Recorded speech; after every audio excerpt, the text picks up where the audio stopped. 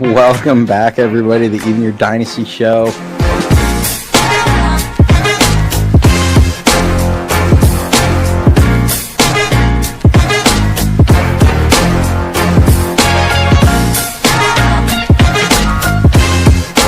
We just got breaking news in.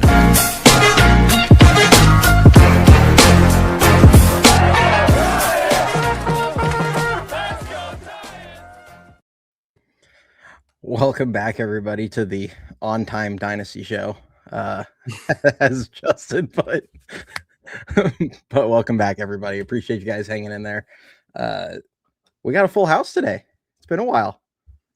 Full house, baby. Yep. He lives. Yeah, Danny, Michelle, and Uncle Jesse. Full house. Michelle. I'll take Uncle Jesse. You want to be Comet instead? Yeah, I don't, whatever.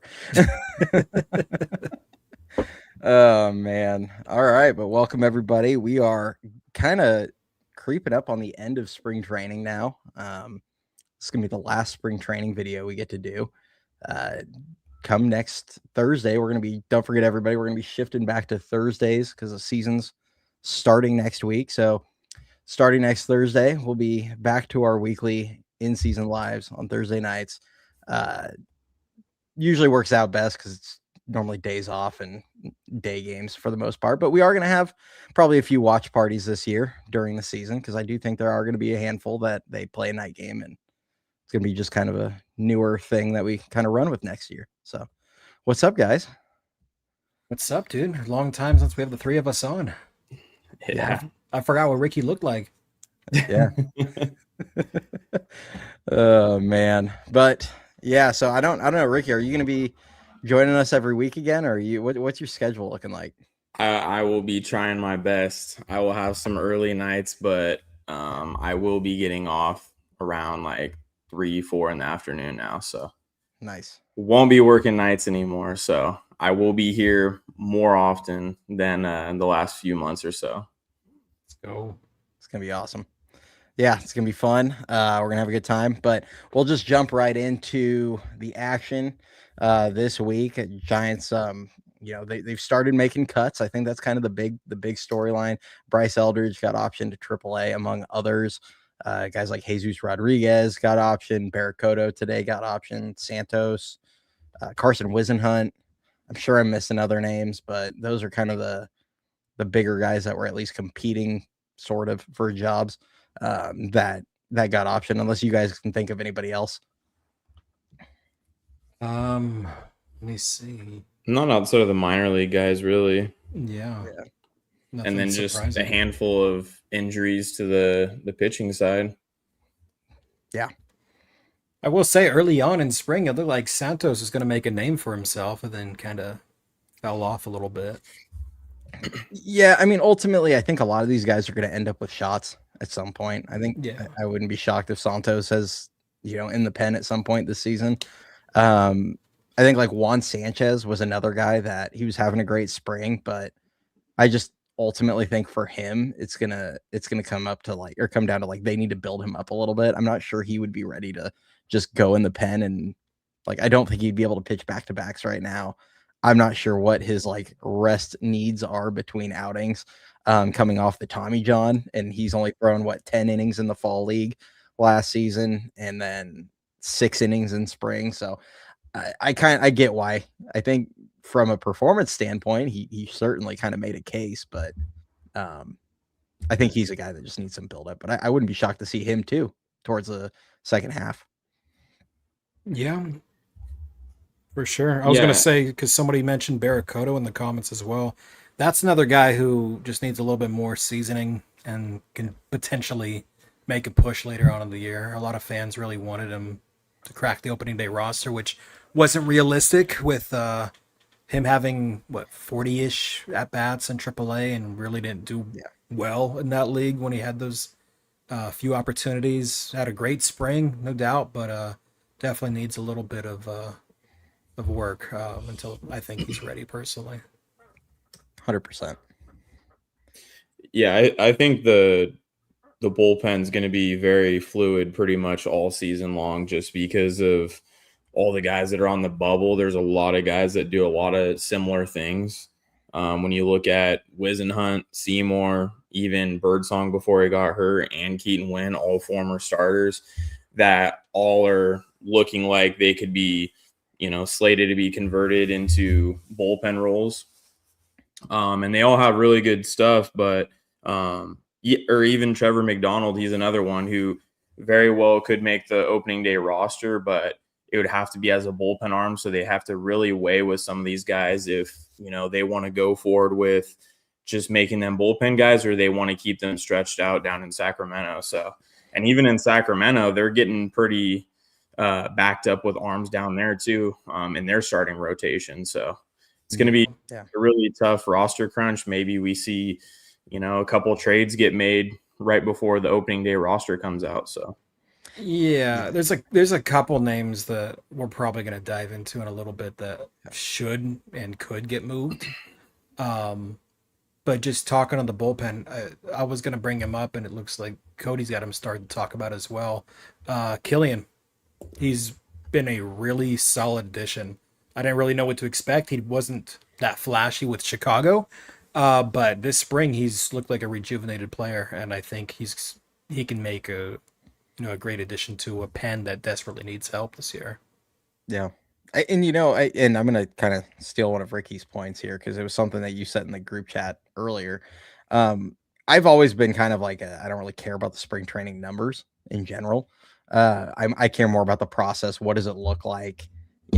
Sometimes it's like we've talked about many times over the last few weeks. Sometimes guys are just working on something where it's like, I'm going to throw 27 fastballs out of 30 pitches or something ridiculous like that. So the numbers aren't always super indicative of anything in spring. Oftentimes they're not.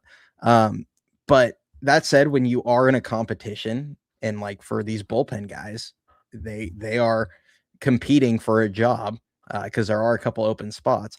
It's hard to overlook what Killian's done. I mean, he's, I think, 9 1/3 innings, only given up 2 earned runs so far. The big one that stood out to me, 11 strikeouts and only 2 walks. And this is kind of what Ricky's thing was earlier today was, the bullpen really could use kind of fixing that strikeout to walk ratio a little bit.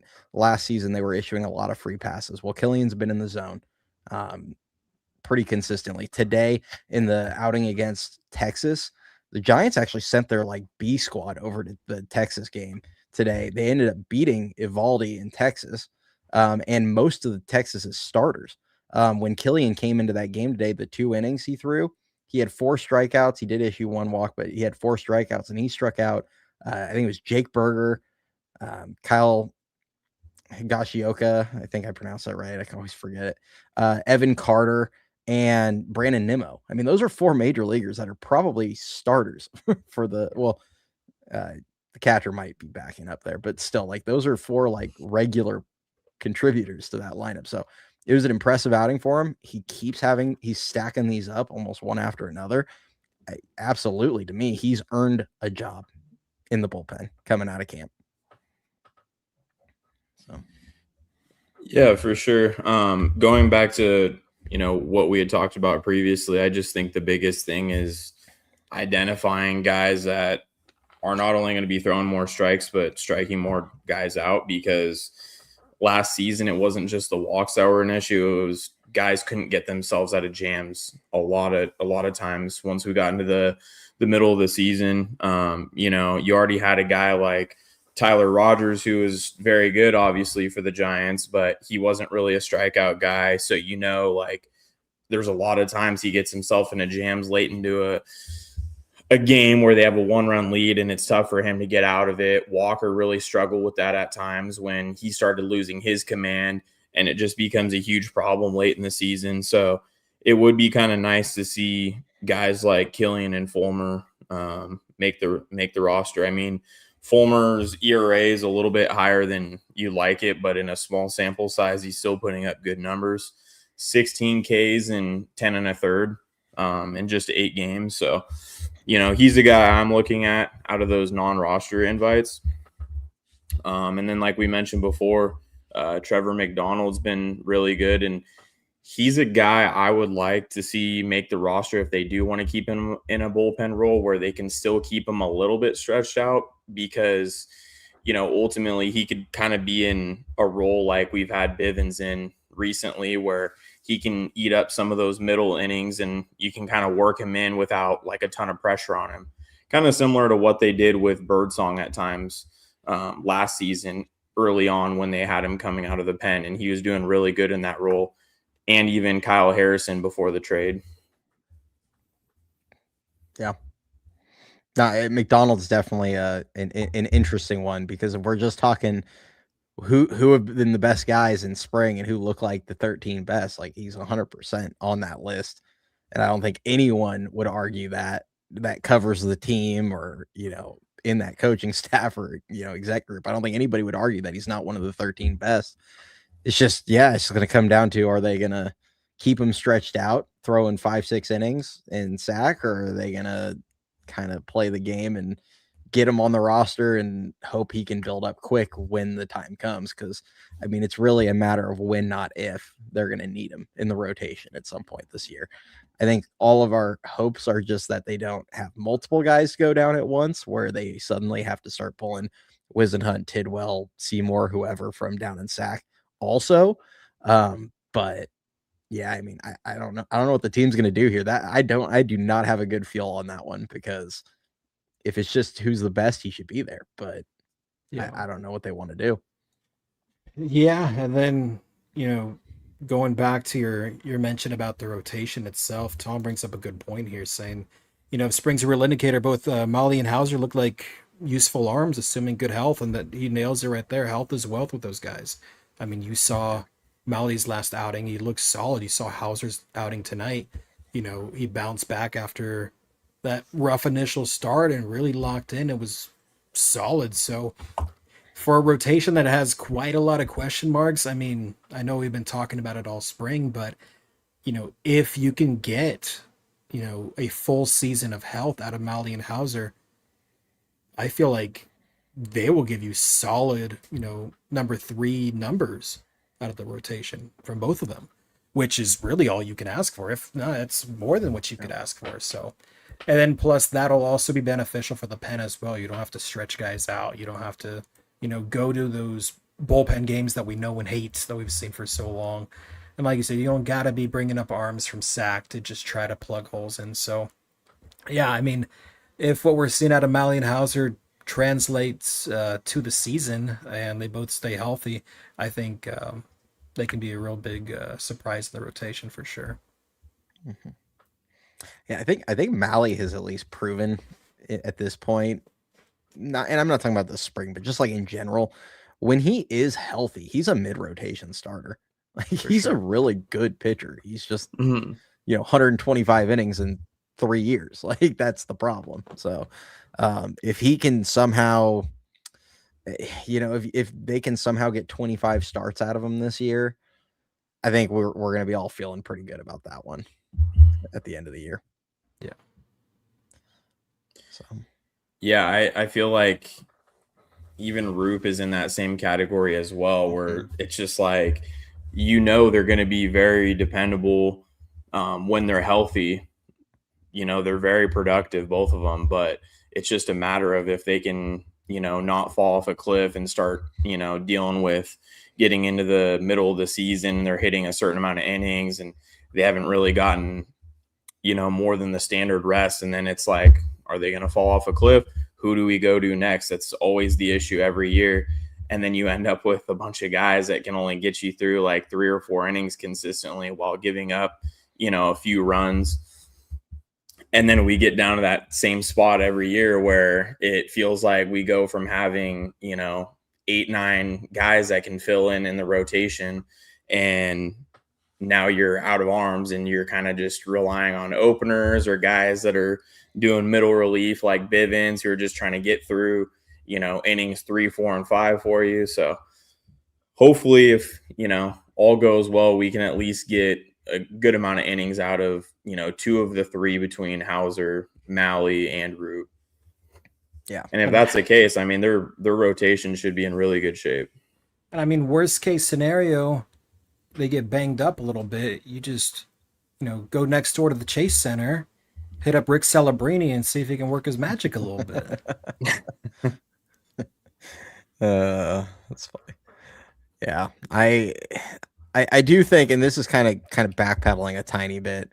I think this is where, while I think guys like Wisenhunt and Tidwell might be late season options for the Pen, I do think they're going to have to keep those guys in the rotation down in sack early. I think you've got to build those guys up. The one, and this is also the fear I have with McDonald, like shoving him in the Pen, is he is built up. Like, he threw 157 innings last season. He, in my opinion, could jump to 175 this season pretty reasonably.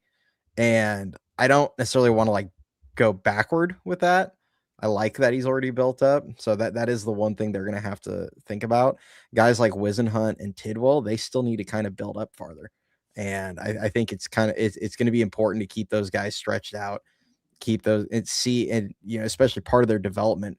What you're going to have to look at with a guy like Wisenhunt is, his velocity's taken a big step forward, kind of back to what it was in 2024 or 2023. Thinking 23, I believe it was, but it's kind of gotten back to where it was. Well, can he sustain that in the fifth inning, fourth inning, fifth inning, sixth inning of games?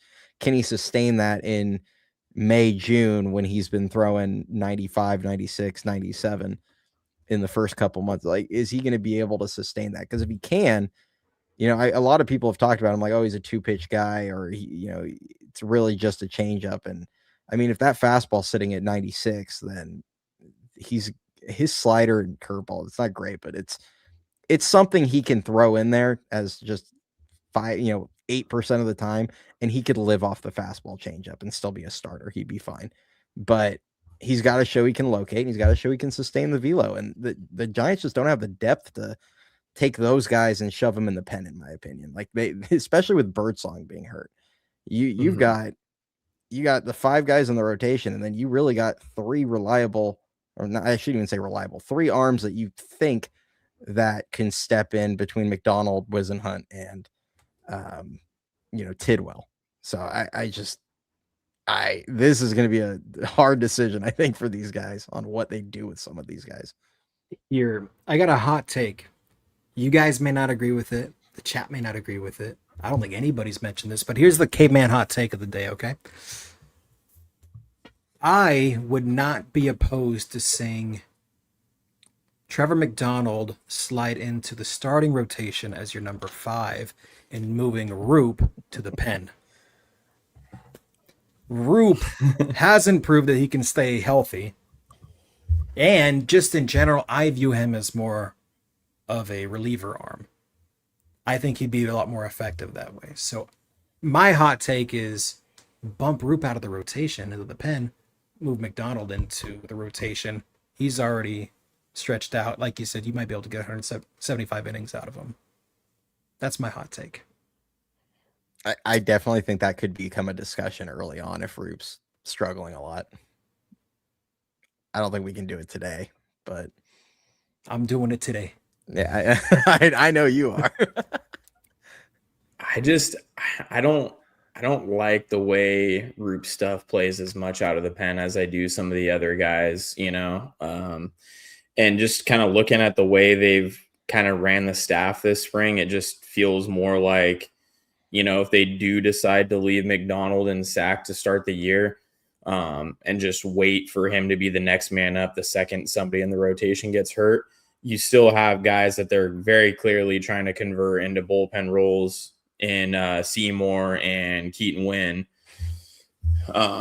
And I think we've been saying it for 2-3 years now. The Keaton Wynn starting pitcher project has just made no sense. And all along it was like, let him just throw a fastball and a splitter and come out of the pen and just throw as hard as he can, because his stuff, every time we saw him start games, it always looks good for 1 to 2 innings. And then the second he gets into a lineup the second time through, he just falls off a cliff.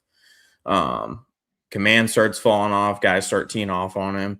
So I think between someone like him and then Carson Seymour, it's, those guys' stuff plays a lot better out of the pen, in my opinion, than Roop. So you might see one of those 2 guys make it if they leave McDonald off. Yeah, I do think, and Seymour's quietly had a good spring too. Like no one's talking about him, but I forgot he existed. Not gonna lie. Yeah, he's got like thrown 12 innings, 2.9 ERA. Like he's had a good spring so far. He's just been solid. But yeah, I mean, so the Roop thing, and this is a little bit kind of forward thinking for me. I kind of look at the Giants situation in 2027 beyond this year as well. And you look at their starters, and they only have Webb, Roop, and Hauser under contract right now. I don't love the idea of taking Roop, not building up, trying to build him up further, and then all of a sudden, if we get out of the season, we're going into the off season, and we're just like, we got 2 starters, all right. I mean, especially if McDonald struggles. I mean, I don't think there's a guarantee there. I'm pretty confident in him, but it's just he hasn't really proven it yet. And I do think with Roop, he has proven himself at the major league level that he can be an effective starter for a long period of time, like a long stretch of games. It's just, can he keep building the innings up? And Dan's 100% right. He has not proven that yet. And that's where it's like, I don't think you can give up on that this season, but this might be something that if he has another year like last year where he gets to 100 innings and then has elbow stuff come up, and then, I mean, the knee thing was a freak thing, but like, he has that kind of stuff pop up, and the next thing you look down and the season ends and he's at 110 innings again. I think then we would have to have a serious conversation next offseason about, okay, this guy needs to get, send Bivens or wherever, and then Roop maybe takes that spot and is now the long man out of the pen. So I don't think Dan's necessarily wrong. I just don't think you can do that right now. It's more of like, I want to be the first one to say that. So in a few months we can look back and be like, damn, Caveman was right. You might be. I mean, honestly, like I always am, imagine. Yeah. You very well might be. I don't think you can do that yet. Not yet, of course. The rotation is solidified in my opinion. It's just a little hot take to get some discussion going. That's all. Yeah, my only thing is just that, he legitimately has at least 3 pitches he can throw. Where Bailey will back Hang up. On. I got to cut you off for 1 second. You'll be backing up Andrew Susak in a freaking men's rec league. Anyways, continue. Yeah, I just think Roop is one of the few guys that's shown like he has consistency with 3 to 4 pitches. And like I said, it just plays better out of the starting rotation versus the other guys are a little bit more limited, a little bit more inconsistent with their secondary pitches. So that's all. But I mean, we'll see. This is a huge year for him. I mean, you can't, even as a 5th starter, you can't have this guy year after year only being able to give you 115 or 120 innings a year. And part of that I honestly blame Farhan for, because Root came up at a time when all of our young arms were being babied and were throwing 2 to 3 inning starts down in the minor leagues, and they weren't really getting their innings elevated a whole lot from what they were doing in college. So it's like you're kind of trying to develop them at the major league level when that's kind of what the minor leagues are for. So yeah, but it is a big year for him for sure. And Roop did have like an unfortunate back injury that shortened a year. And then when he came back from that, rather than, and this is the hard part, and this is where the whole spring training numbers and things like that, coming off that back injury is when he had that huge spring training and won a job in 2024. And you kind of look back now and go, okay, should maybe if the team have just been like, hey, great spring, here's the Barney Nugent Award or something, and go build up and sack for 110, 115 innings and try and get built back up. So that way last year he might have been able to go 130 or 140. Like it's kind of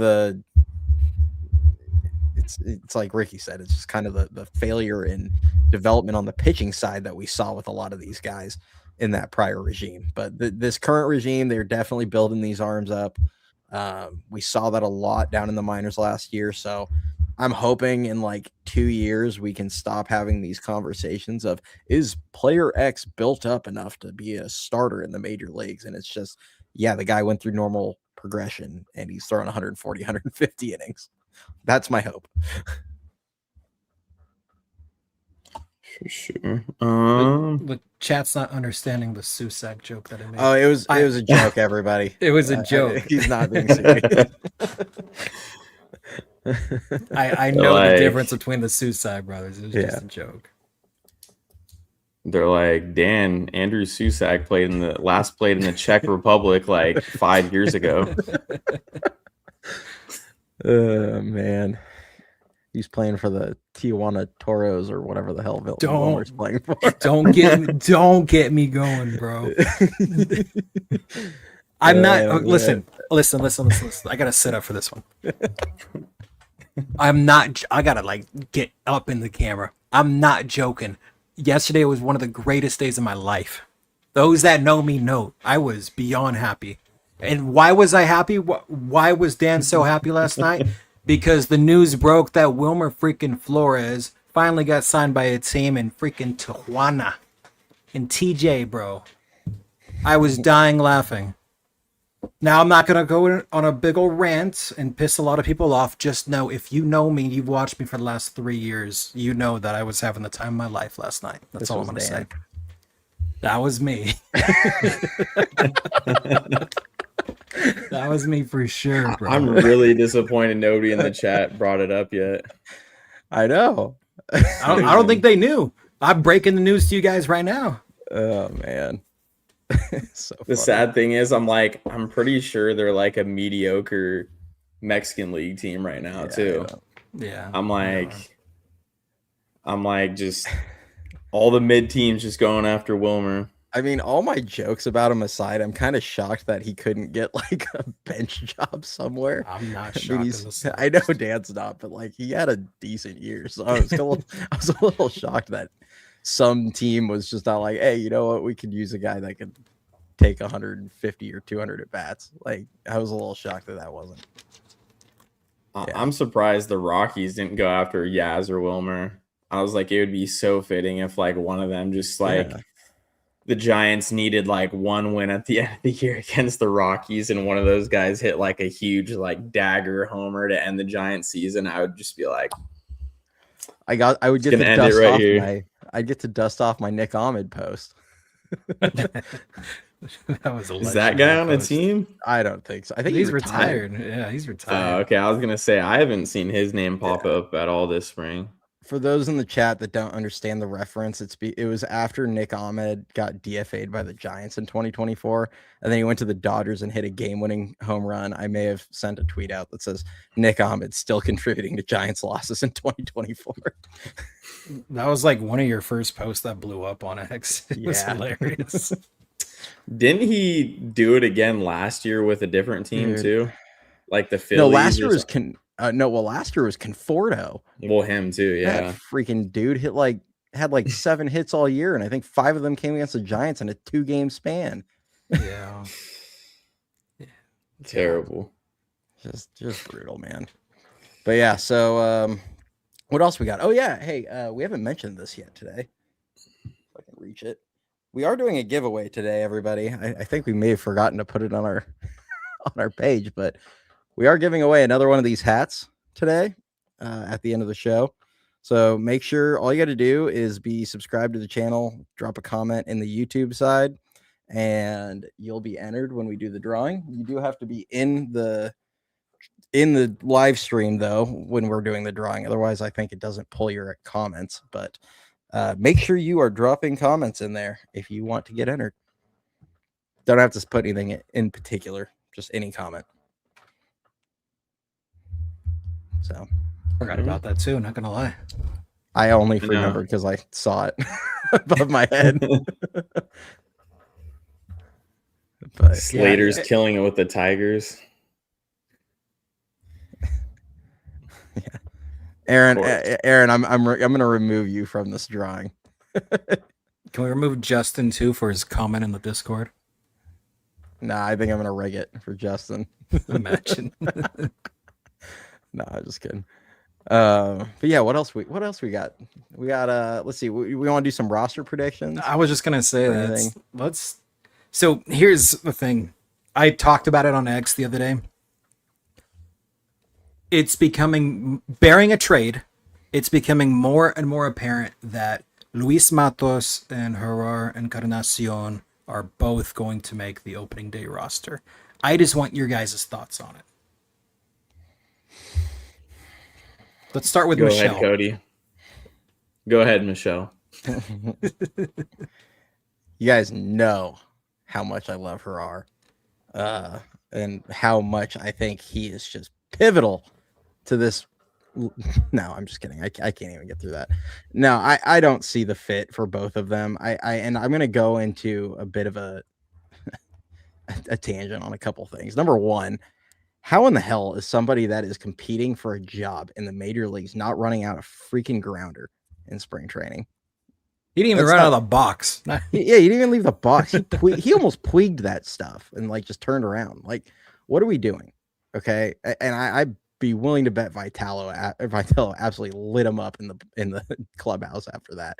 But yeah, I mean, I just cannot believe I saw that in a spring training game for a guy that is like a fringe roster spot in a competition for that. But that's not going to be why he doesn't get, he doesn't make it. But the thing I see, and a lot of people are quick to point out, okay, well, guys, teams like to hold on to guys for, a week or whatever, because sometimes they can slip them through waivers after.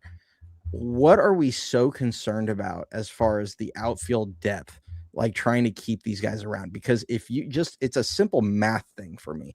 You look at the Giants bench. They are going to, obviously Bader, Ramos, Lee. Those are three of your outfielders. They're the starters.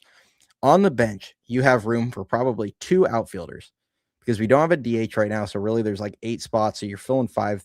One's going to be a catcher. They're going to keep Koss and Schmidt, and then you can keep 2 outfielders. Well, first of all, you're not going to have 5 right-handed bench players, or at least you shouldn't. Second of all, you've got 2 spots for an outfielder or for outfielders. Well, the Giants have 7 guys right now between Sac and San Francisco that aren't like locks for jobs in San Francisco. You've got Barracoto, you've got McRae, you've got Matos, you've got Encarnacion, you got Brennan, you got Olivo, and Gilbert. There's your 7 guys. So we're going to send 5 of them to Sacramento. Who's going to get all the at-bats in Sacramento at that point? Like, who's going to get left out with no at-bats? Because at least before you sent Eldridge down there, you could have played Barracoto at like first. He's played a good amount of first base. Well, now Eldridge is there. So you're going to have 3 outfield spots and I guess the DH for 5 guys. I don't think it's that pivotal to keep Encarnacion or Matos around. Like one of those guys you can trade, DFA, whatever, and you're just not going to lose any sleep over it. Just from a pure numbers standpoint, in my opinion. So that's my tangent. Yeah, like my biggest thing is just, you want to have roster flexibility and be able to move guys around day in and day out. Especially when you have so many spots solidified with everyday players. I mean, you look around the infield and your entire infield is basically going to be unchanged majority of the time. Maybe an occasional day off for Devers, which would be probably Casey over at first now with Eldridge gone. Potentially Arise getting swapped out with Koss or Casey, and having those guys fill in occasionally. But, Willie and Chapman are going to play almost every game barring injury. And then in the outfield, you have, Bader, you got Ramos, and you've got Lee, and those guys aren't going to take a ton of days off either. So to me, why pigeonhole yourself with a guy who basically doesn't have a position? And even as a bat, he's going to give you an occasional home run and strike out half the time pretty much. So you kind of already have that with Matos. I would argue that Matos is just as likely to run into one as Gerard. He has better contact skills and is a far better, more valuable defender. Because, I mean, really, if you want to make the late inning defensive substitutions, you can have Matos go in and fill in for Ramos. Maybe you get a slight upgrade there if that's how they feel. I'm not sure. But you kind of already have that. So Harar is kind of as redundant as it was having, Wilmer and Devers and Dom Smith and all these guys that were just all clogged up into one position or the DH spot. So I would just rather go in the direction of, have an Oliva type player. If we're going to waste a roster spot on the position players side, have Oliva come in who can give you quality defense in center field while also giving you elite stolen base ability, which is something the Giants desperately need. And I mean, I'm sure Vitello looked at the numbers from last season or the last few seasons and is like, we desperately need to steal more bags. And I'd have to imagine that's a big point of emphasis. So, I mean, that's just the way I look at it. I would hate to see them cut a guy like that who can actually fill a role on the roster where Harar is just very redundant with what you already have in Matos, who is also likely to make the roster. Yes. Yeah.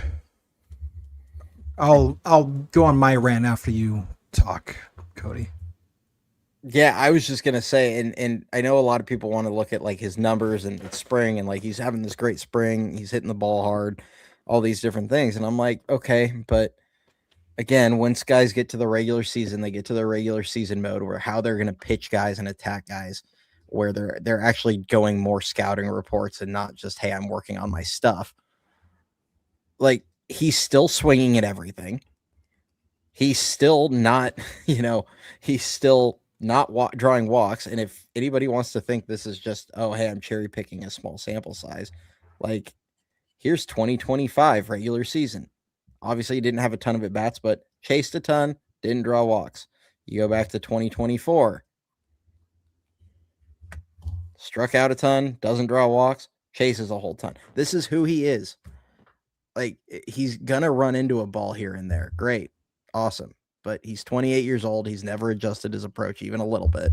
And he's, he's not a valuable defender. Like his entire value is derived from him running into the occasional ball. Which do we really like? Is there not better uses for that roster spot, as Ricky was talking about, with whether it's Oliva, McCray, somebody that brings speed, defense, those kinds of things. A left, even a Brennan who's left-handed. I mean, I'd even argue Drew Gilbert, which I know Dan's not the highest on Gilbert. I know these guys aren't necessarily, but at least he plays all three outfield positions well, and pretty relatively consistently puts the bat on the ball. Like there is some room for growth there. Like I don't get the Encarnacion, like how he's considered a lock for this roster. And if he's a lock, then somebody brought, a couple people have mentioned him. Why in the hell didn't we just bring Dom Smith back? Amen, brother. Yeah. Like, I just can't. I mean, I was going to rant, but go for it, Ricky. Oh, all I was going to say real quick, I'm like, didn't Dom Smith only get like a minor league deal with an invite to spring training with the Braves? Yeah, and he signed late. So it's like, if like you totally had time to give him playing time with all the split squads and all the different games where our regular guys weren't even playing every day because half of them were in the WBC this year. I'm like, you absolutely could have brought him back in and then put a little fire under Bryce's ass. And, if Bryce did what he did and strikes out a little bit too much, you send him down. You have a quality defensive first baseman, a good late innings, pinch hitter. If you want to throw him into a situation like that, a guy, is going to, be pretty productive, with the guy on third, less than 2 outs, bring a guy in. I don't get it. So I'm just hoping it's a guy like Oliva or somebody that's going to fill a role on the roster, because as we've seen the last few years, prioritizing late inning defense, we can't stress it enough. I mean, the outfield defense was absolutely atrocious last season. Like that has to be addressed, especially late in games. You can't have guys overrunning fly balls, taking bad routes, coming in on a ball, and then the wind takes one over, Ramos's head. You just can't have that kind of stuff late in games, especially not at home in those low scoring games. So look, I'm going to rant. I don't know where this is going to go. So everybody just buckle up. Okay. Here's my thoughts on all this. You know what you have in Gerard Encarnacion and Luis Matos. Matos needs everyday playing time to be an effective player. We've done this whole shebang with giving him one start a week, and then he struggles, and then the fan base turns on him, and then he doesn't play for a few weeks, gets sent down, gets called back up, plays one day a week. That doesn't work, bro. He needs to play every single day to be an effective player, and he's not going to get that in San Francisco. That's just the plain and simple, honest truth with him. That's Exhibit A why you need to move him. Gerard Encarnacion, you're going to get, an occasional 450 foot moonshot, maybe every 3 to 4 weeks. And besides that, you're going to get nothing defensively. You're going to get a very, very little on base percentage. You're not going to get much of anything from him. There's Exhibit A why you got to move him. Now, on the flip side of that, like to Ricky's point, if you want to prioritize late inning defense, which we all know that this team struggled with tremendously, why not just keep Grant McCray on the team? You have, right now, how the projected roster is constructed, you have an absurd surplus of right-handed bats that is just beyond irrelevant. You don't need all of these righties. You had a speedster who is a quality defender, who makes okay contact, who can occasionally run into one just as much as Gerard and Grant McCray. Why didn't you just keep him on the team? That's a perfect 4th or 5th outfielder. Now, on the flip side with Gilbert, Gilbert's bat is, has a lot left to be desired, but he can play all 3 outfield positions. He's got above average speed. You can plug him in if you want. And then they went and talked about, Will Brennan or Oliva or whatever. Like, you can plug one of those guys in for whatever reason. I don't know if it's because Gerard's got 9 lives. I don't know if he's got dirt on the front office. He's a guy that they just don't want to get rid of for whatever reason. So it's beyond me, bro. How it is right now and how the projection is for opening day, the roster makes absolutely no sense, and that's just all I have to say about that. So if it's up to me, you're not going to just flip one of those guys. You're going to flip both of them, and I think it might end up being a scenario where it's kind of like a Joey Bart thing, where this weird, roadblock of position players makes the opening day roster, and then they get shopped around for the first 7-10 days. You might see a DFA and then a trade go down, but just regardless, bro, there's a lot of different ways you could have gone about this. I don't know why they're still on the team. That's all I gotta say. Hey, Gerard actually has something that goes even above having dirt on the front office. He's got no options. Yeah, neither one of them do. Oh, you're muted, Ricky. That's all they care about. Yeah, bro. So there's my little rant. You guys do with that as you please. I mean, you're not wrong. Like, and the one thing that with Matos, I will say, with Bryce going down to sack, there's potential for a good amount of at bats to open up. Now, how does the team decide to divide that up? I don't know. Like, I personally would have gone, Matos and like McCray, and I could really care less if McCray gets a whole lot of at bats. I'd be using him late in games for defense and speed.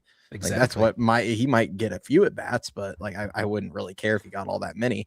And you could give Matos DH at bats. You could give him the occasional start while you cycle guys like whether it's Bader or Lee or Ramos through the DH spot. Cause I mean, they need to give some of these guys days off in the field. I love Chapman and Adames wanting to play 160 games. In my opinion, they should probably play like 150 in the field and like 10 at DH. Like give these guys the occasional day off in the field. But yeah, I digress. Like there is potential for Matos to get like 3 or 4 starts a week. So maybe they feel like with the new hitting coaches, they can unlock something out of him and help him settle in. I don't know. He's 24 years old. I get trying to hold, see if you can get something from him, because I don't think you're going to get much out of him in a trade. Harar, I've got nothing for that. I don't get the infatuation. I really don't. So here's my question that's related to that. What is the plan at DH then? Is it just going to be a revolving door? You're going to have Harar occasionally, Matos occasionally, Casey occasionally. You're just going to have righties just rotating just because? That's what doesn't make sense to me. That's where I could see Brennan making the team, honestly, as a lefty. Like he might. I mean, they definitely like his contact rate. Like that's a big thing, obviously, since Buster's taken over. So it's definitely possible some of the other guys have a little bit more strikeout concerns. But yeah, it's just, when looking at the position player group, almost I would say all but 2 spots are locked up. And as of right now, we kind of just assume it's going to be Matos and Harar. But that's where it just doesn't make sense. Like we've said all along, the way they've gone about bringing Matos along has made no sense. It's always like you guys say, you get 1 start a week against a left-handed pitcher. Maybe you face 2 lefties in a week and you get a second start, but it's like you're never going to get anything out of Matos if you're not getting him somewhat regular at bats. And then you could say the same thing with Harar too. What are you really expecting out of him if you're only giving him like 1 start a week or 2 starts a week?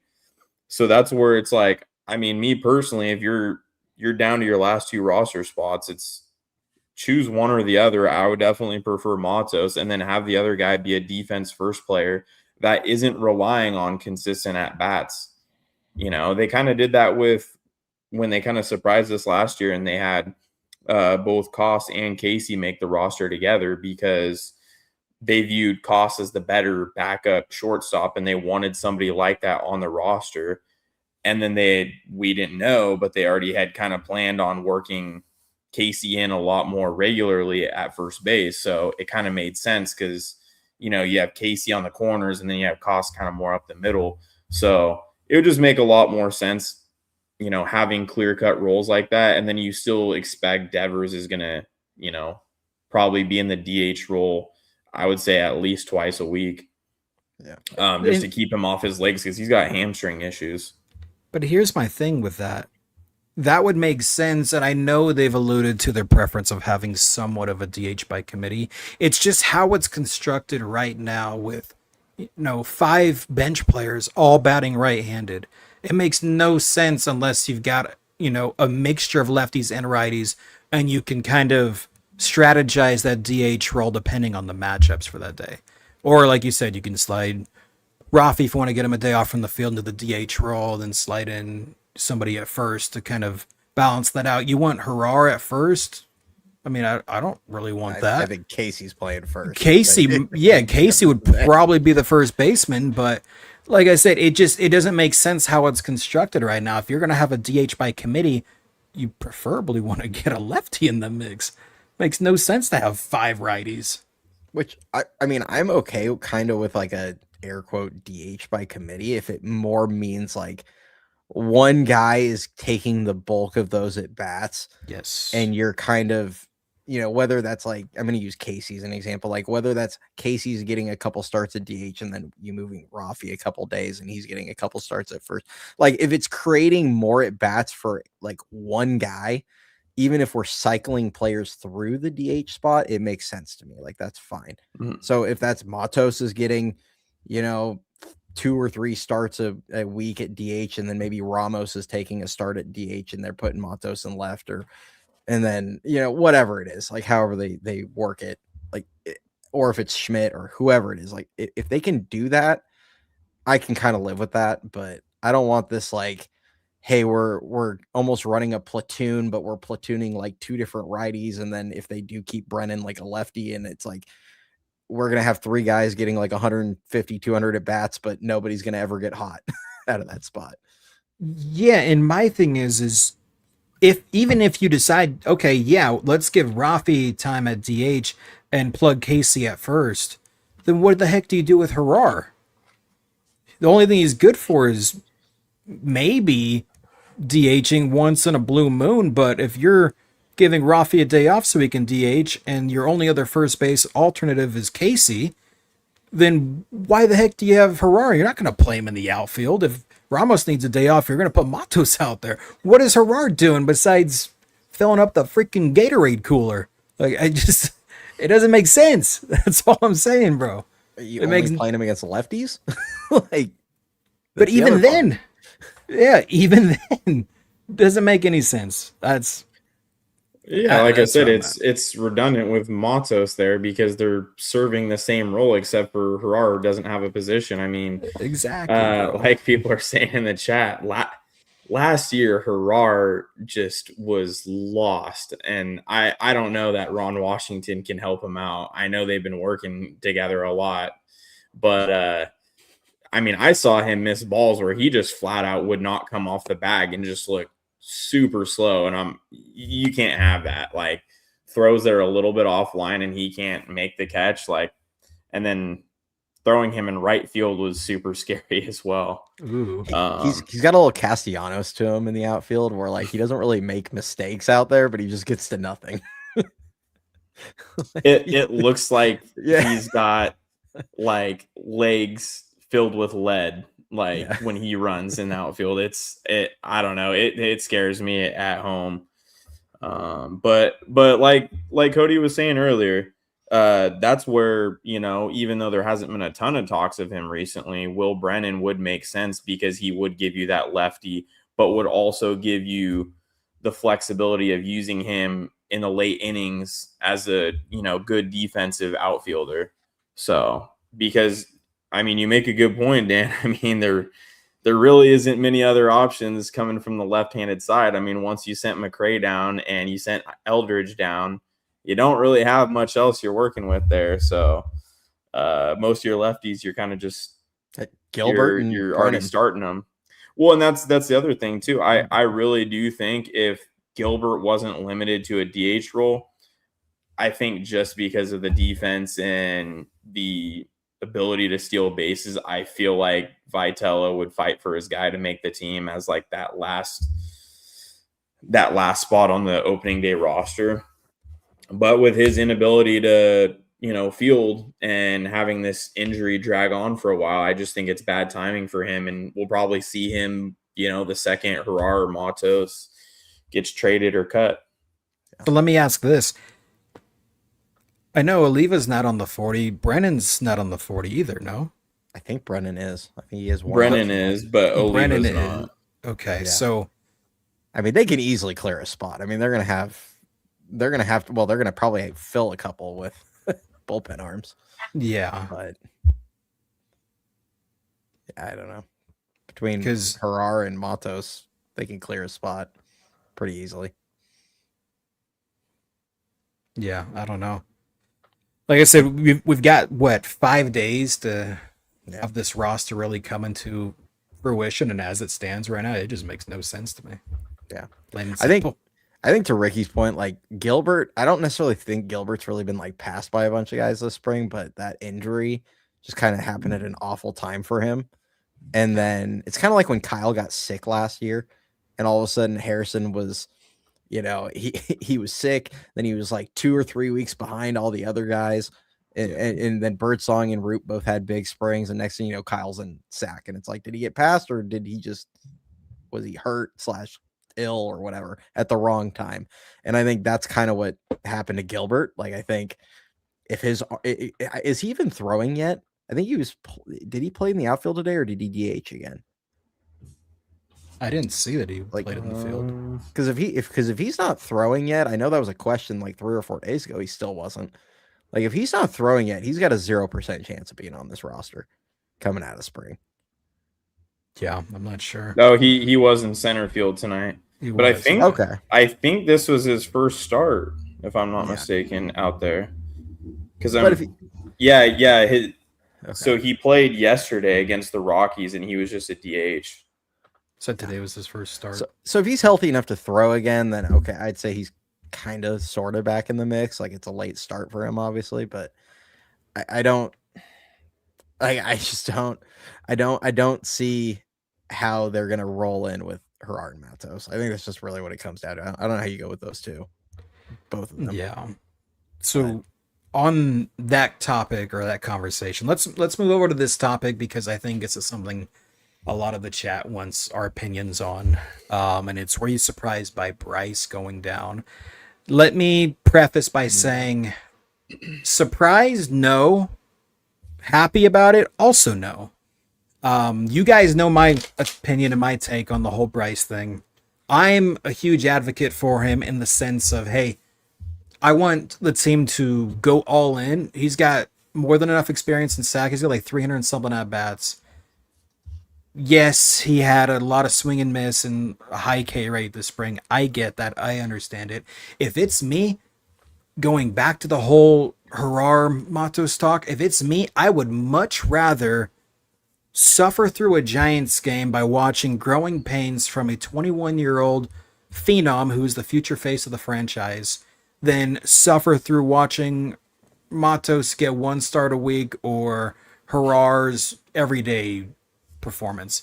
I'm sorry. If I've got to pick one or the other, I'm picking watching Bryce Eldridge develop and go through growing pains for a couple months. That's just me personally, man. I get their whole mindset about it. They want him to get more reps at first. They know he's been improving defensively. They want him to get a little bit sharper with that. They want him to cut the K rate and just really force his way up. But I'm sorry, bro. The team needs a left-handed bat. You got one in him. He made tremendous strides early on in spring. I'd just rather go through the growing pains with them than deal with what we've got currently. So, like I said, surprised about it? No. Happy about it? Also no. I mean, shit, we're 3 to 4 years in and we're still letting Bailey develop at the big league level. Why not Eldridge? Big facts, bro. And I mean, Bailey was like well over a 30% K rate for a long time last year. And I think he finished in the low 30s, right? I think that's like his career. Yeah. Unless he brought it down at the very end of the season when he likes to turn it on a little bit, you know. But there's 6 good weeks. Yeah. It's a bummer. It's one of those things that, like, I get why the team did it. It's a bummer. Yeah. I'm not shocked. I just I felt like it was maybe a coin flip, but I mean, unfortunately, he kind of went through a rough spell where he struck out a bunch at the very end, and it that probably buried him a little bit when it came to his chances of making the team. And hopefully he goes to sack and kicks the door down pretty quickly. I mean, I'd love to, I've seen people bring up the Kurtz path a little bit where it's like, okay, maybe he spends a month there, kicks the door down, probably will come up and struggle for a bit, and then you just kind of hope that he figures it out at that point. I know from an entertainment standpoint, I'd have much rather watch Bryce, figuring it out up here, but whatever. I mean, I still watch now I got a reason to watch the Sacramento games. There you go. All right. So hey, he's going to be there when the 3 of us go there. So yep. That's a plus. Yeah. I do think though that Sack will probably get a little bit more interesting by mid-season. Hopefully Bo will make his way up there and a few other guys, and the pitching staff will be pretty fun to watch too. Yeah.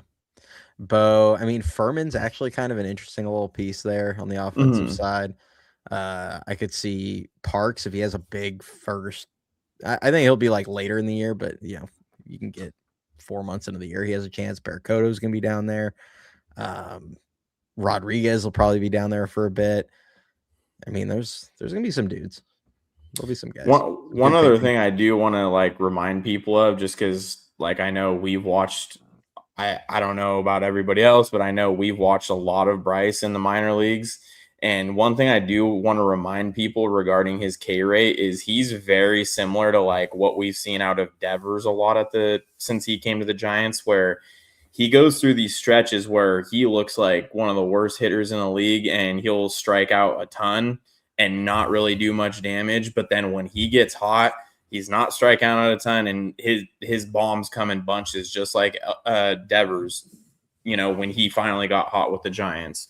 I mean, people forget Devers was also striking out about 40% of the time when he first came over the Giants. He was swinging at everything. And I mean, he barely got his first hit of the spring a week ago, and I know he was hurt, and the at bats were sporadic. Nobody's concerned with Devers at all, but I'm just saying there's a lot of similarities there. We got to understand that, spring training is a small sample size, and what you see isn't always what you're going to get in the regular season, because guys could go through a month-long slump, especially with, starting, say, 3-4 times a week. At bats get a little bit spread out, and then all of a sudden, he catches his groove.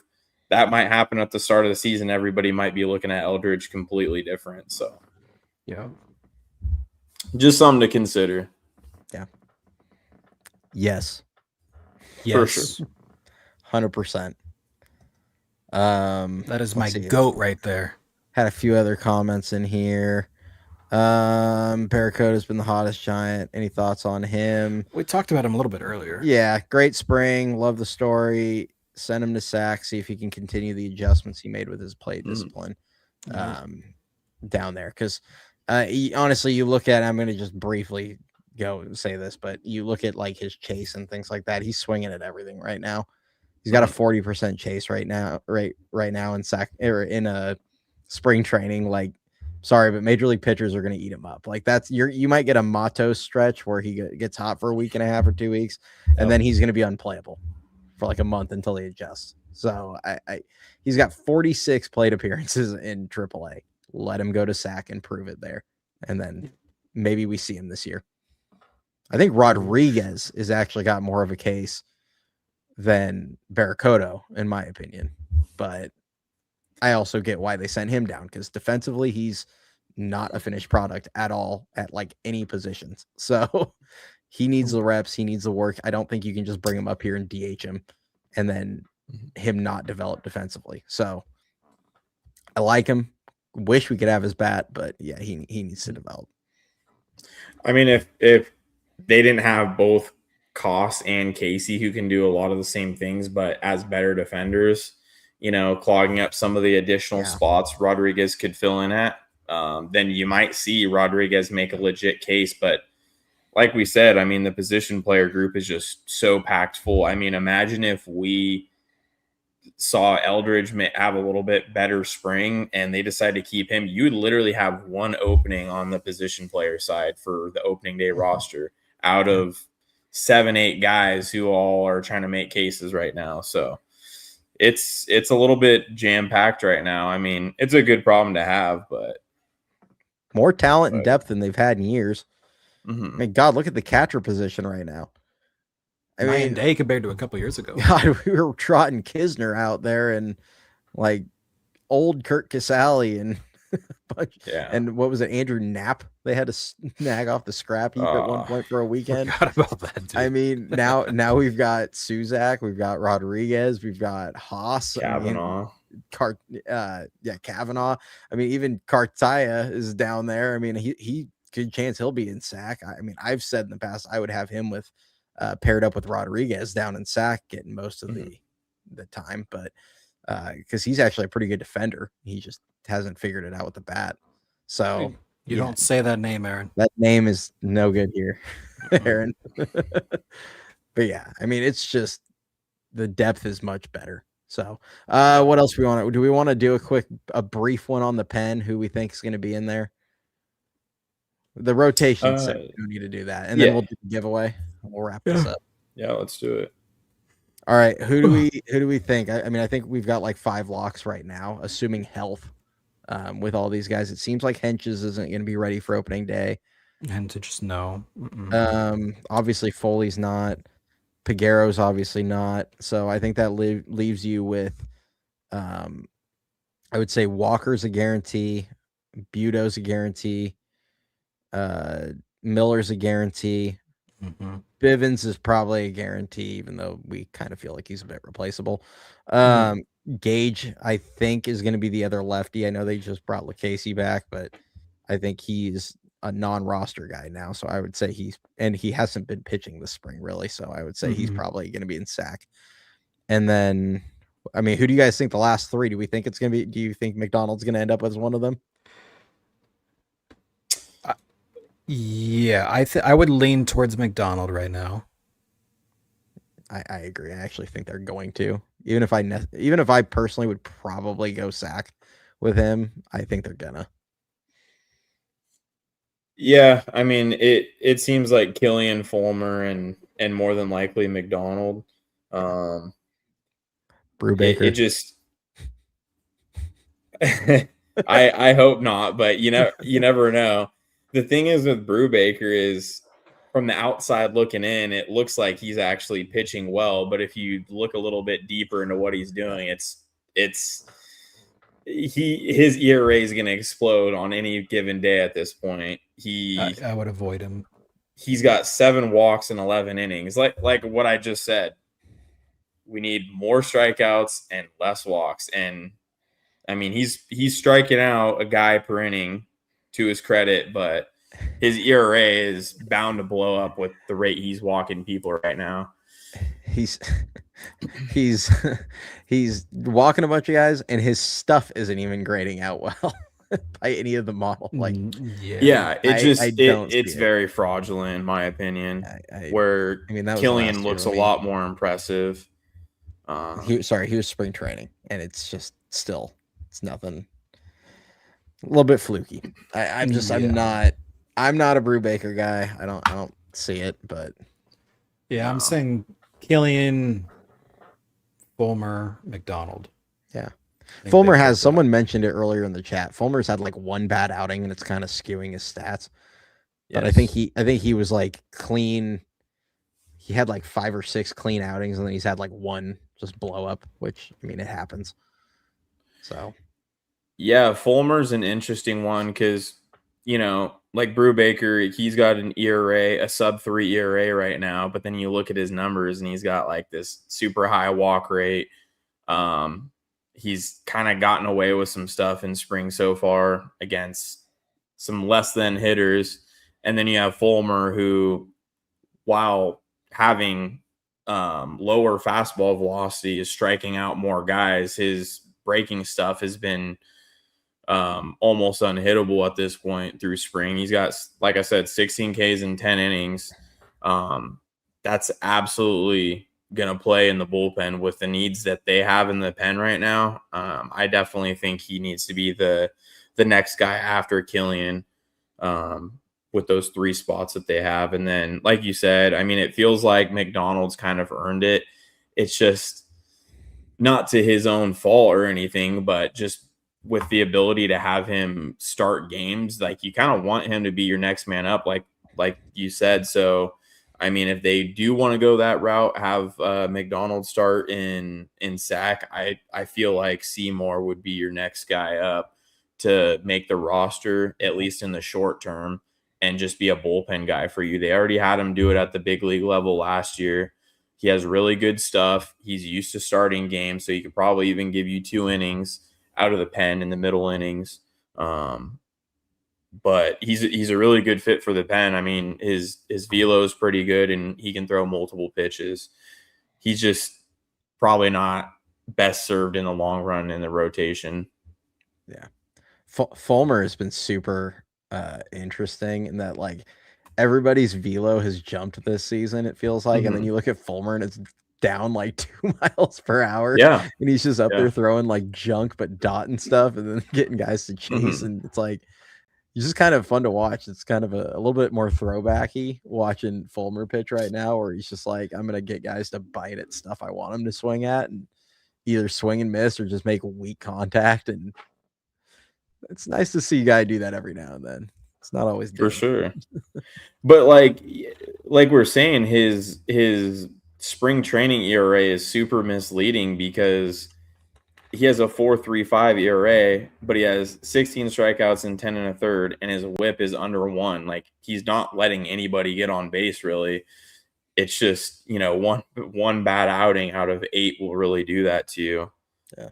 And he had a rough one today. I mean, prior to that, it was like, now I'm looking through him.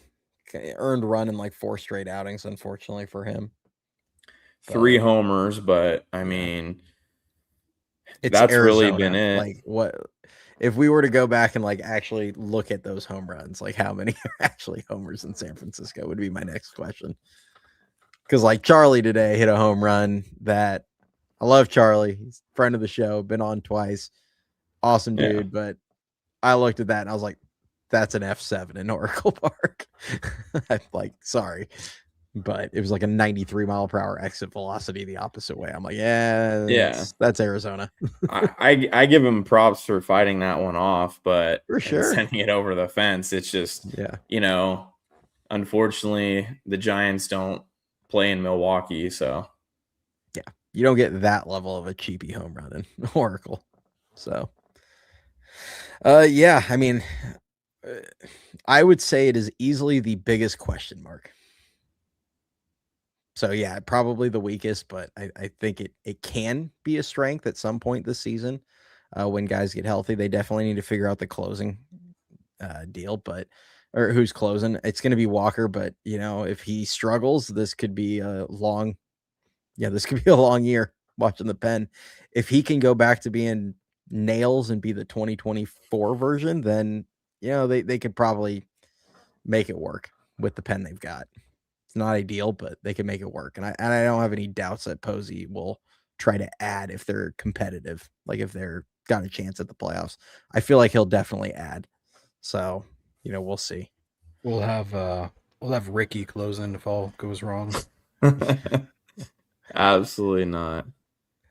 I just was looking at one of the last home run before today that Fulmer had given up, and it had a 96 mile per hour exit velo just right down the line, just barely over the right field fence. Wasn't even a bad pitch. So, it just kind of gives you an idea. Sometimes if guys are not letting anybody on base and giving up an occasional home run in Arizona, it's not always the biggest deal in the world. Well, especially because I guarantee you Fulmer's not out there trying to nibble in spring training. No. You're gonna leave some out over the plate, so we'll see. I feel pretty comfortable with him. He's got a lot of track record. I think you could use some vets in there because there's going to be a kind of a lot of young guys in the pen. So I wouldn't mind a guy like Fulmer. Liam Hendricks closing. Kopech is still out there. Jen, what about you closing? Yeah.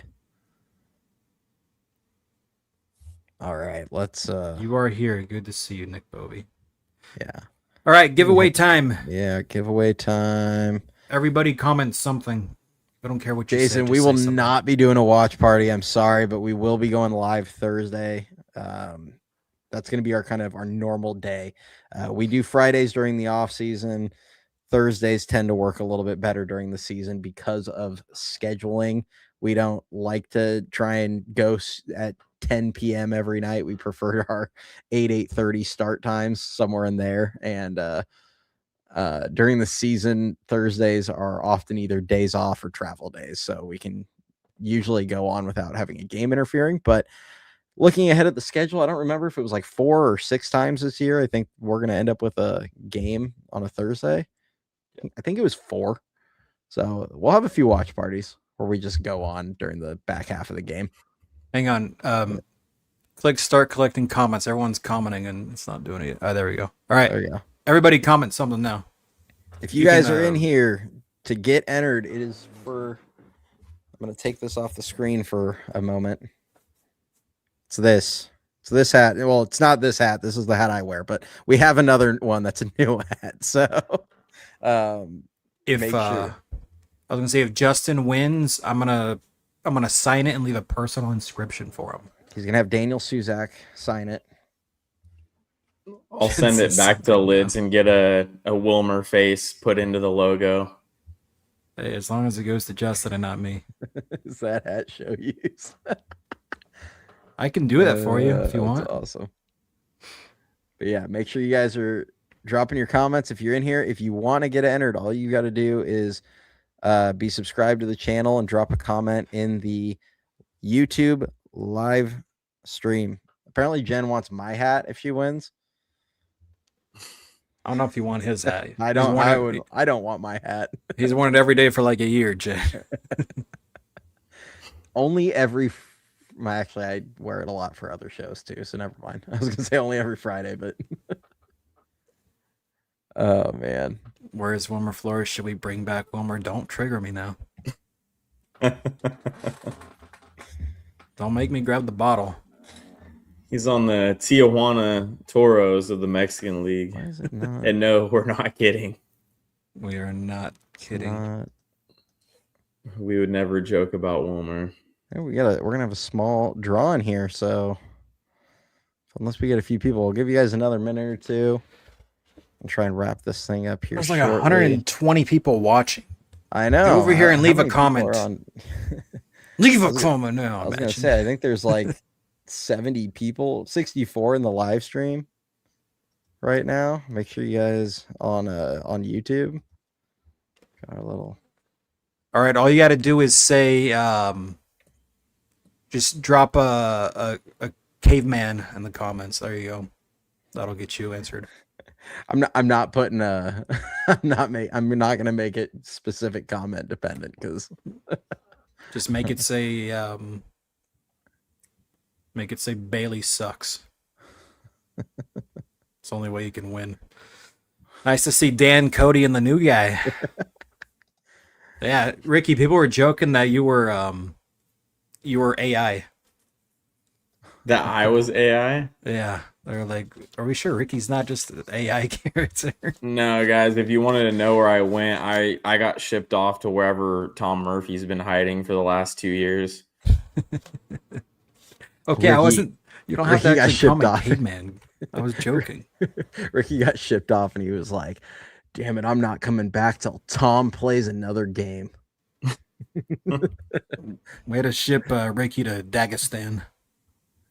Matt Hergis. He was training with Hasbullah. I should make it next time. I should make it name a random giant. That's a good one. Like an actual random giant. Who's the most random giant you can think of? Oh man. Hey, shout out Dave. Shout out Dave. Welcome to the membership. If you want to join the Discord, follow there's a video in the membership how to get in. Or you can shoot me a message if you on either X or IG, and we'll get you in there. It's fun. Just beware, I get a little crazy. Xavier Nady, that's a good poll. Xavier Nady. I got a good one. Jeff Keppinger. I'll go with another Jeff, and that's Jeff Francoeur. That's a good one. Or didn't Justin Smoke play like 4 at-bats for the Giants? I think yeah. So. Scooter Jeanette's a good one. That's just a great name. Freaking Scooter.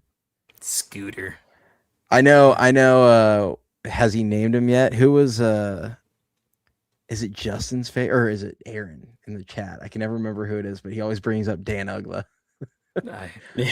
World Dan Series Ugla. Champion Dan Ugla. Didn't he get Will Clark's number too? And people were like outraged over it. Yes, bro. I know. I was like, why would they do that? Like Dan Ugla was an actual good pro for a while, but everybody knew he was cooked by then. He went to Atlanta and fell off. Oh, who's that? Casey McGee. I was literally about to say Casey McGee. Yeah, remember that? That was great. Dude. Ron Hunt. There we go. Galarraga, Big Cat. He freaking almost hit the Coke bottle or the glove in BP one time. Hell, in a game, he hit one over the bleachers. It was like 465 or something. He crushed that thing. Who was that outfielder that the Giants had starting on opening day against the Padres in Farhan's first year, and he literally lasted like that series? Michael Reed, that's who it was. I wasn't thinking of Connor Joe. They both literally lasted like 2 series. I remember that year I got into it with Hank Schulman on Twitter when he was still covering the team. And I was like, dude, they need to get rid of this guy. He's literally striking out every at bat. And he's like, it's been like 6 games. And I'm like, I don't care. Like, you gotta, I don't remember if it was Connor Joe or Michael Reed, but I was like one of those guys. I'm like, they gotta go. Hey, like, you gotta put the ball in play. Pedro Feliz was a good Giant. He was a great Giant. He was a good Giant. I don't think he ever won a Gold Glove, but he definitely could have been a Gold Glover. But dude, he played in an era with a lot of good defensive third basemen. I loved that infield with Pedro Feliz, Omar Vizquel, Ray Durham, JT Snow. That was a fun infield, man. Yeah. I'm gonna go Ryan Garco. Oh, gross. That's another good one. Or Shea Hillenbrand. Time. Remember, when we all thought Brett Pill was going to be the next big thing? Bad. Yeah, Brett Pill. Thought he was going to be big. Here's a guy that absolutely choked with the Giants. Sidney Ponzone. Oh my gosh, bro. Dark years. That's when they had Schmitty as the ace when they won 100 games, but they had Schmidt and a whole lot of Chris Heston threw a no-hitter, then fell off the freaking stratosphere. Heston's usually my rando. Noah Lowry. Cal Stevenson. Ricky actually knows Noah. It's a fun fact. Yes, sir. Yep. All right. I think we've drawn enough here, or got enough people dropping comments. We're not gonna keep people waiting anymore. All right, guys. Norioki. Hat time. All right. Let's see. All right. Who's gonna win? If it's Justin or I'm not giving it to Aaron. Yeah, if Aaron gets it, he doesn't get it. Are you kidding me? Okay. No way, dude. Respin. No way. Also, Respin. that dude had like the biggest, or Jarrett Parker. Jarrett Parker. Those dudes. Shinjet's a good one, Jen. No, Aaron, you're not getting another hat. Sorry, Aaron. Your hat doesn't need a friend, bro. Aaron, you get a signed Wilmer Flores rally thong. There you go. Wilmer. Oh, Anthony. There you go. That's a good winner right there. There you go. Derek got it for a minute there. It, I thought he had it too. Cannot believe it's almost as bad as the time that I won. Oh yeah, yeah, that was funny. All right, Aaron, congrats on your win. DM any of the three of us on X, and we'll get it sent out. I think it's going to be coming from Ricky though. Yeah, X or IG, either one works. Yeah, whichever. Yeah. If you don't know, X is easy. Either, I think, well, Ricky, you have your sfgiantscove on both of them now, right? You had switched. So you can find him there. You can find mine, even your Dynasty show or you can DM me if you want, but I'm just so popular on there I can't keep up on DMs, you know. Dan's the one that's usually got the pitchforks. I'm the one where it'll be a random post with like 3,000 likes and 100 comments, and half of them are pissed off at me. So it's honestly hilarious. I've never seen somebody with like 200 followers blow up so regularly on a consistent basis, bro. And I'm not even trying.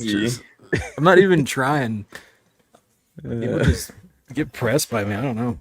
It's hilarious. And then it's funny because like the next day after one of my posts blows up, I'll just be scrolling through Giants X and I'm like, oh, this guy blocked me. Oh, this person blocked me. Who are you? You blocked me. I don't get it. It's hella funny. They like to didn't you get like a death threat one day? They just blocked you right after. Yeah, I got a random DM and somebody said something along the lines of I should go off myself. I was like, oh, okay. That's dark. Yeah. Dan has 297 followers on X, and the last thing he said got 24,000 views. Like, see, dude. Hey, I'm 3 away from 300. You know, I'm just gonna promote it. I'm 3 away from 300. Here, just follow it. Give me the 300. Yeah. He's gonna do a 300 follower giveaway, guys. Yep. Oh my god. Fantastic. All right, everybody. Yeah. Well, we actually ran this one a bit longer than normal, but appreciate everybody stopping by. And last one of the off season. We might I'll probably do a video, I'm sure, next week once the roster gets released. I'll do a kind of my reaction breakdown of that. Caveman Dan Mass. No, not this. Yeah, I'll probably do a reaction to that. Then we'll have our live Thursday. Minor league updates. They are going to be coming in regularly here in a couple weeks, although I'm going to be out of town for that 1 week. So might be coming in for a week and then not for a couple weeks, and then we'll get them going again. But yeah, we've got, No, Aaron, we are not doing 162 post game shows. Ricky's AI went out, guys. Sorry about that. He's DC'd. So, but all right. Well, I think that's all I got. You got anything you want to add before we wrap this thing up? I was gonna say something crazy. I'll bite my tongue. No crazy talk to end it. We're gonna end it on a good note. Yeah. So appreciate you guys. Time. It was a fun show. I'm happy to be here. Yeah. Had a great time with you guys, and enjoy that cheap tequila, Wilmer. Yeah. That's all I gotta say. You boys like Mexico? All right. Ricky's AI over here. Where did Gronk go? You have X, not IG. Anthony, just DM either one of us, EYDShow or K-Man Down EYD or sfgiantscove. Whoever you want, just DM one of us and we'll get it sent out to you. Just pick one. We'll get the address and everything. We'll get it shipped out. If you DM me, just don't send me a death threat. Thank you. That's all I gotta say. All right, guys. All right. Had fun. See you next week. See you, everybody. Go Giants.